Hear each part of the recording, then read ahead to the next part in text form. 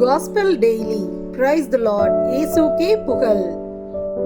என் தலைவராகிய உங்கள் போதகர் உங்களுக்கு துன்பமென்னும் அப்பத்தை ஒடுக்குதலென்னும் நீரையும் கொடுத்திருந்தாலும் இனி தம்மை மறைத்து கொள்ள மாட்டார்.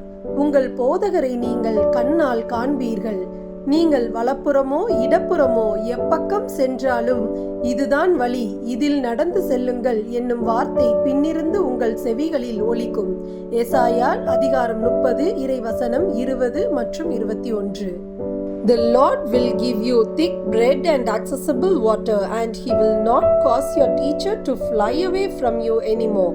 And your eyes will behold your instructor, and your ears will listen to the word of one admonishing you behind your back. This is the way, walk in it, and do not turn aside neither to the right nor to the left. Isaiah chapter 30 verse 20 and 21.